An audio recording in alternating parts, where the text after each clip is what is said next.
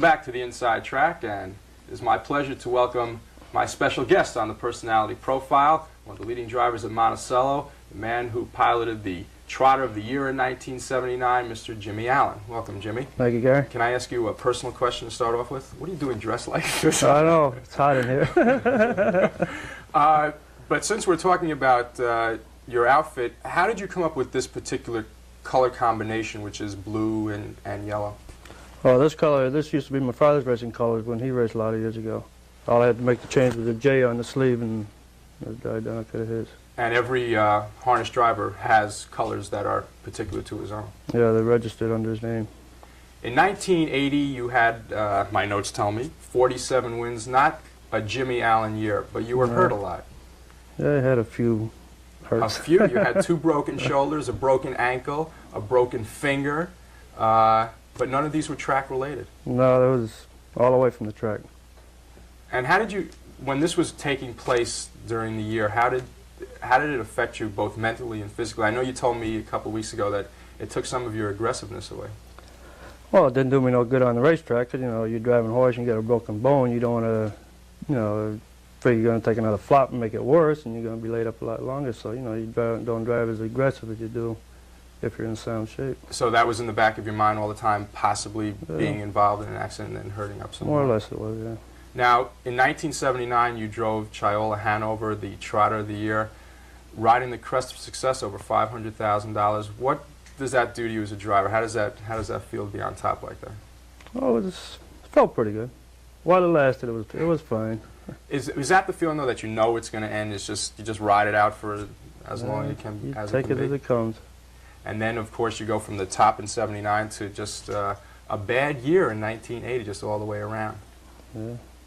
But you started to come back in the winter meet. Were you feeling better during the winter meet, healthier? Oh yeah, we was in a lot better shape in the winter meet. Now, starting off the 1980 summer week, you were the driver of the week last week. You have 9 victories. Are you healthy both physically and mentally now? Are you feel like you're back at the top of your driving Pretty good game? shape. You're driving aggressive again? Yeah, like I used to. And the people should look for Jimmy Allen to go to the winner's circle as many times as possible. Definitely. Now, one race that you didn't go to the winner's circle is the race we're going to take a look at, which is the Most Happy Fella race. You were in the 6th position with Steady Pilot. Scott's Knight. How did I get Steady Pilot? Did John Manzi give me that? How did I get Steady Pilot? Scott's Knight. You were in the 6th hole. Before the race, what were you planning to do with this horse?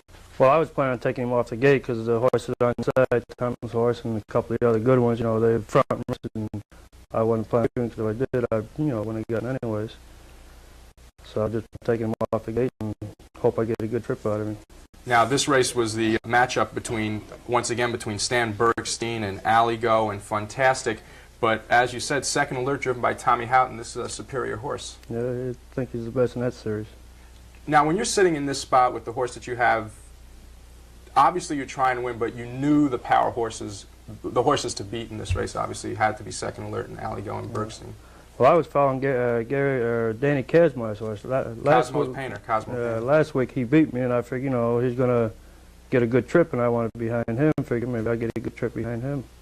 But it didn't work out that way. And he couldn't keep up with like a couple of the other ones. Well, what we're going to do now is we're going to take a look at that race, and Jimmy's going to talk through the race and tell us exactly what happened. So let's go to the call now. It's the 8th race on Sunday, the Most Happy Fella Series. Jimmy Allen is in the 6th position with Scott Knight. And let's go to the call with Jerry Glantz, and then we'll talk through it. So let's take a look at the monitors and take a look at this race.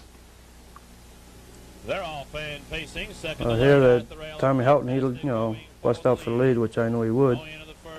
The other horse just settled down behind him. Now, where are you right now, Jimmy? I'm sitting 4th. Now, just go through the race. Describe us what's going through your mind right now. Well, it's going along pretty easy now. I know Tommy gets on top, he's going to back it off like any driver will. He start backing off a little bit. Joe Rico come with Stan Bergstein. I think that was a good move on his part. Now, at this point, were you sitting in the position you wanted to be sitting in? Yeah, well, I couldn't be sitting no other place than where I am right now, really. You were just sitting? Right. I hear Danny Kazmar's horse starts backing off a little bit. Can we see you in the picture now? Well, I'll be coming in right about now. You're sitting right 5th right now. Yeah. Now, as we head into the half mile, Is your plan working out, or? Well, it's Where are you going running about, into but problems? right now Pete Pirelli pulled out and he sits on the outside of me, and Kazmar's horse stays where he is, and I'm more or less boxed in. I can't go no place now if I wanted to, because Right now you're the last right horse. now I'm sitting last. Now Houghton's having a nice trip. Now you're out of the picture right now. Now Joey Rico is trying to challenge Houghton up front. That's Joey Rico sitting on the rail. It's a gap of 3.5 lanes. Cosmo Painter Ralph Jarvis with fantastic. Now Houghton he seems to be pretty confident at this point. I thought right about here Joe Rico might have a shot, but his horse the last two races he's been lagging up the stretch. He hasn't been finishing like he probably should. Okay, what we're going to do now is we're going to go to Jerry Glantz for the stretch call. Now they turn for home. It's all Second Alert. He shows the way by 2.5. Stan Bergstein is second. Fantastic third. Second Alert in front and roaring away from Stan Bergstein. Second Alert in front. Jimmy, Second Alert going wire to wire. Stan Bergstein coming in second for the second week in the Most Happy Fella. Does Stan Bergstein have the drive to win the Most Happy Fella?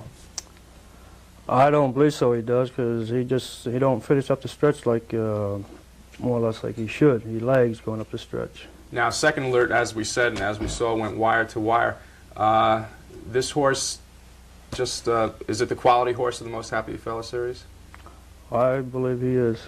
Now, Aligo Parolari won 2 weeks ago, came in second last week, and this week no factor at all. He got rough at three-quarter pole. He could jump, and I don't know about him. He gets inside position, he might be all right. Now, you, of course, have Scott Knight next week. How do you rate your chances? Or not, I don't want you to say how do you rate your chances. What are you going to try to do? Well, if I get the inside instead of the outside, he gets the inside, he might have a shot to get a good strike in there. We should mention that at the time that we tape this show, the post positions have not been drawn. That would be a determining factor, I guess a big determining factor on how that race goes next week. It sure will be. And we're going to take a look at the first race, which Marshall Tucker won with John Manzi. Jimmy Allen, you are one of the leading drivers of Monticello. You had over 1,000 wins in 10 years. I don't want to give away your trade secrets, but how good are your hands, or what is it about you that makes you such a good driver? I know you don't want to give away trade secrets. You told me last week. What can I say? Oh, I don't know how to put it. Just do you rate horses better than some of the other drivers, you think? Well, there's a few drivers out there. Some don't even know how to drive horses. And they don't have the victories, of course, that you do. I've been lucky. Jimmy is a modest man, to say the least. Jimmy, thanks a lot for coming and sharing some time with us on the Inside Track. Mr. Jimmy Allen, Mike Terrell's favorite driver and one of my favorite drivers at Monticello Raceway. And we'll be back with some people's favorite professor, Mr. John Manzi, graduated from the horse school at Monticello Raceway many years ago, is now taking his postgraduate work. He'll be back through the haze right after these messages.